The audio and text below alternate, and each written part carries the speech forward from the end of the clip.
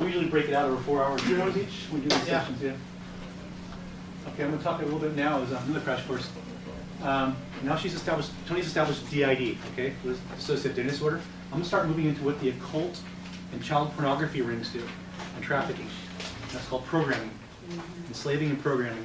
This is something difficult to work with because this really makes the healing a lot harder because it makes the person, it tries to break their will and it shatters into multiple wills. So whoever the captor is or whoever the slave master is, they submit to their will. And this is called programming. And this we work a lot on too, is trying to get the programming out of people, whether it's from pornography, ring, trafficking, or it's any form of ritual abuse. We used to use satanic ritual abuse, but we're seeing ritual abuse across the board now. There's even Christian ritual abuse. It's just it's crazy. Child pornography survivors, abductee survivors, ritual abuse survivors. I saw that, what's that one girl, J.C. Dugard? She had another book out. I always want to interview her to see what she went through. I know there's got to be a lot. I mean, that's got to be a classic case of D.I.D. right there. But when she went through, who she is, I was always wondering, did she ever get help with that? An uncle of mine lived a block from her. Wow. Where she was being kept. Yeah. Yeah, that's like local. Yeah, in Antioch. Mm-hmm. So this is interesting. Abduction is as simple as being a negligent parent allowing access to a family member, relative, close friend, or next door neighbor who is a predator or a Satanist. Most of the people I work with was the neighbor. In fact, one of the girls I've been working with, she went back and her parents lived in that block, and the predator still lives in the block. That was the ritual abuse guy did it. And the other neighbor next to her was letting his daughter go over and watch movies with her, and she goes, "Don't do that. Because I can't tell everything, but stay away from that man." And the mom's going, "Why? He's fine." She's going, "He is not fine." Even when the mom was warned, hello, let the light bulb go on. So this isn't something where they come in black hoods and walking around. They are undercover. Don't trust anybody right now, especially your children. Everything I learn right now, don't trust anyone when it comes to your children. You don't know what's happening to them while you're out. Okay? You're out of your sight. Programming, it's enslaving the human soul. Human soul and identity parts are enslaved through traumatic conditioning. They have to break the will of the person. It's usually done through a child. It's really sick the way they do it. It's beyond your worst wild imagination of evil. It's evil. How Satan works, it's evil. And they have to break the will. And when it does, it fractures the child up into parts. And they use those parts once they get them to enslave them even further to do their will.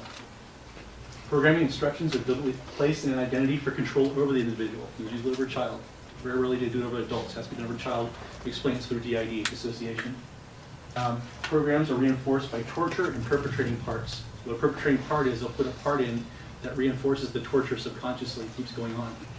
So that one part that's under lock and key to be programmed and controlled, they have to do while the person's away. So that's this kind of another part that enforces this thing here. It's a perpetrating part. It's part of the programming. Ritual abuse. Deliberate use of the dissociation can control the child. We had that prolonged exposure. It's usually done through, like I said, torture and trauma, severe torture, trauma, sexual abuse. It's grotesque what they do. When we start looking at the D.I.D. prayer ministry, it's different from deliverance. We call it, it's a very gentle deliverance, because what happened to these children, it wasn't sin, it was violation. Okay? So when deliverance minister tries to come in, repent of this, repent of that, I'm out and all this stuff, the demons are usually gone. It's a program playback. Satan can't be everywhere at once. That's the whole deal with this. Okay, he's not omnipotent, he's not all present. He lets the program run. And so when you get a deliverance minister in there, telling stuff to come out, it's a part. You can't cast the part out. Okay? So we do ministry different. We're dealing with the part, and they're traumatized. They're brokenhearted. That's what I think a lot of this thing is. You got to walk them out of the trauma. And Jesus will do it. He'll walk them out. Doctrinal ministries of sozo and deliverance to be avoided with D.I.D. at all costs. At all costs. Once you decide it's D.I.D., break it off. Okay? And some deliverance ministers, doctor, are like, why? We use sozo. It's okay, but don't use it on D.I.D. Because you don't know at the time what part you're ministering to, and they go away.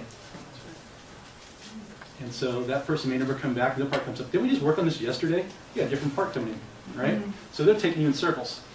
Okay? A lot of parts want to tell you they're demons. They're so angry at Jesus. Little hint, and there's no such thing as a mocking spirit.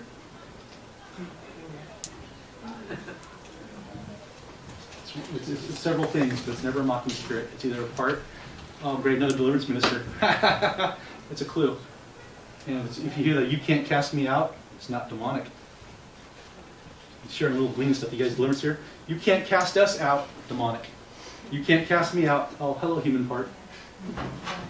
Okay? When you're doing deliverance, and you hear this word come up, you can't cast me out. You know, it's acting like a mocking spirit. These guys, you're a mocking spirit. Come out. And then it's laughing harder. You can't cast me out. You're dealing with a part. Human traumatized part. When it's like, you can't cast us out. Oh, you're demon. You know, get out. What is this? You know? It's usually plural. Demon, singular, person. So demon is plural, but... It's usually plural. They're always like, she's ours. Or, you know, there's a lot of plurality in their conversation. You know? So start looking for how they're talking. If you, discernment will tell you. If you have really good discernment, to me it's like a slot machine. When they come up, they'll throw up a demon, or they'll throw up a person. You're like, on, off in discernment. This is crazy. What's going on? So they do that to mess with you. Yeah. So when somebody does say that they're dealing with a mocking spirit, what is it truly then? You don't have a sin. You're dealing with a higher spirit. It's not demonic. Or you're dealing with a part. You don't have the pieces to the puzzle yet. It usually boils down to one of those three. What was in that previous slide, something about sozo? That's used quite a bit in charismatic churches, whether it's inner healing, and they'll want to walk apart through some sort of trauma. I call it the Ozzie and Harriet trauma. You know, if you have a slightly normal trauma, childhood, and there was some trauma there, it's inner healing when Jesus walks you out of it, and that'll work. When you start working with multiple identities, it's going to be a mess, and it's going to usually mess the person up too. That was the high-speed version of this. What we want to do is we want to come back and unpack your questions, because we feel we can address your questions more directly to bring an understanding to this. This is like usually we brought to you like 3 hours a piece of our stuff, right?